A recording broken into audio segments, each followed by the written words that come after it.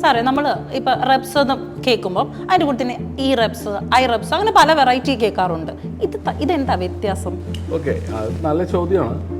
Normally ഇപ്പോൾ എല്ലാ health care ഓർഗനൈസേഷനിലും ഓരോ തരത്തിലുള്ള മാനദണ്ഡങ്ങളുണ്ട്. അപ്പം നമ്മളെ സംബന്ധിച്ച് നിങ്ങൾ IELTS എന്ന് കേട്ടിട്ടുണ്ടാവും, അല്ലെ NCLEX എന്ന് കേട്ടിട്ടുണ്ടാവും, OET എന്ന് കേട്ടിട്ടുണ്ടാവും. ഇതിലെല്ലാത്തിലും ഓരോ ഡിഫറെൻറ്റ് പാറ്റേൺസ് ഉണ്ട് അല്ലേ? ഇപ്പം നമ്മുടെ ഇവിടുത്തെ ഹെൽത്ത് കെയർ മേഖലയിലുള്ള ആൾക്കാർ പല രാജ്യങ്ങളിലേക്ക് മൈഗ്രേറ്റ് ചെയ്യാൻ ഉദ്ദേശിക്കുമ്പോൾ ആ രാജ്യത്ത് അക്സെപ്റ്റ് ചെയ്യുന്നേക്കുന്ന ക്വാളിഫിക്കേഷൻ എന്താണെന്ന് നോക്കിയിട്ടല്ലേ നമുക്ക് എടുക്കാൻ പറ്റുള്ളൂ. അപ്പോൾ അതുപോലെ തന്നെയാണ് ഈ പറയുന്ന മേഖലകളും.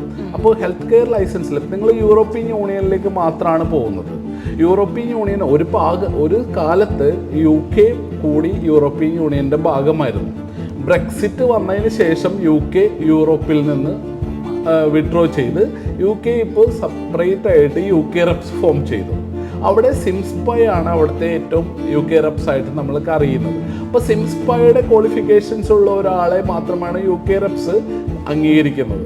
അതേസമയം മറ്റ് യൂറോപ്യൻ കൺട്രീസിൽ നിങ്ങൾക്കറിയാം ഷെങ്കൻ വിസയിൽ ഇപ്പോൾ നമ്മുടെ പിള്ളേരെല്ലാവരും തന്നെ മലയാളികളെല്ലാവരും ട്രാവൽ ചെയ്യുന്ന സ്ഥലമാണ്. അപ്പോൾ ഷെങ്കൻ വിസയിൽ ട്രാവൽ ചെയ്യുന്ന ഈ പറയുന്ന യൂറോപ്യൻ യൂണിയനിലേക്ക് ഈ റെപ്സാണ്, യൂറോപ്യൻ റെപ്സാണ് അവരുടെ ക്വാളിഫയിങ് ബോഡി അല്ലേ.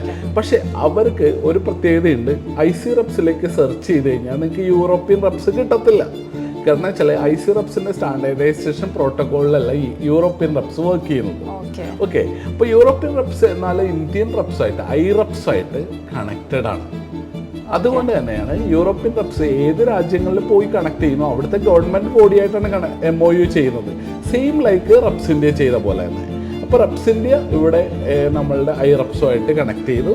സെയിം ലൈക്ക് ഈ റെപ്സ് യൂറോപ്യൻ റെപ്സും നമ്മളുടെ റെപ്സുമായിട്ട് കണക്ട് ചെയ്തു. അപ്പോൾ നമ്മളുടെ രാജ്യത്ത് നമ്മളുടേതായ ഒരു ഇൻഡിവിജ്വാലിറ്റി ഉണ്ട് അല്ലേ. അപ്പോൾ നമ്മളുടെ രാജ്യത്ത് നമ്മുടെ സിലബസൊക്കെ ഫോമുലേറ്റ് ചെയ്തേക്കുന്നത് NCVT ആയിക്കോട്ടെ, SPFLSC ആയിക്കോട്ടെ, അത് സ്കിൽ ഇന്ത്യയുടെ അണ്ടറിൽ സെൻട്രൽ ഗവൺമെൻറ് ഓഫ് ഇന്ത്യയുടെ അണ്ടറിൽ വരുന്ന ക്വാളിഫിക്കേഷൻ ഫ്രെയിം വർക്കിൽ ഫസ്റ്റ് പ്രൈമറി ക്വാളിഫിക്കേഷൻ നേടിയവർക്ക് മാത്രമാണ് ഈ യൂറോപ്യൻ റെപ്സ് ആയിക്കോട്ടെ റെപ്സ് ഇന്ത്യയുടെ ക്വാളിഫിക്കേഷൻ ആയിട്ടുള്ള അപ്രൂവ്ഡ് പ്രൊവൈഡേഴ്സിൽ നിന്ന് കിട്ടുന്ന സർട്ടിഫിക്കേഷൻ ആയിക്കോട്ടെ എടുക്കാൻ പറ്റുന്നത്. അപ്പോൾ നിങ്ങളത് ചെയ്ത് കഴിയുമ്പോൾ നിങ്ങൾക്ക് യൂറോപ്യൻ റെപ്സ്, നിങ്ങൾ പോകുന്നത് യൂറോപ്പിലേക്കാണെങ്കിൽ നിങ്ങൾക്ക് യൂറോപ്യൻ റെപ്സ് ചെയ്യും. നിങ്ങൾ പോകുന്നത് മറ്റ് റെപ്സ് ഇന്ത്യയുടെ പോർട്ടബിലിറ്റി കിട്ടുന്ന കൺട്രീസിലേക്കാണെങ്കിൽ നിങ്ങൾക്ക് റെപ്സ് ഇന്ത്യയുടെ ക്വാളിഫിക്കേഷൻ ചെയ്യാം.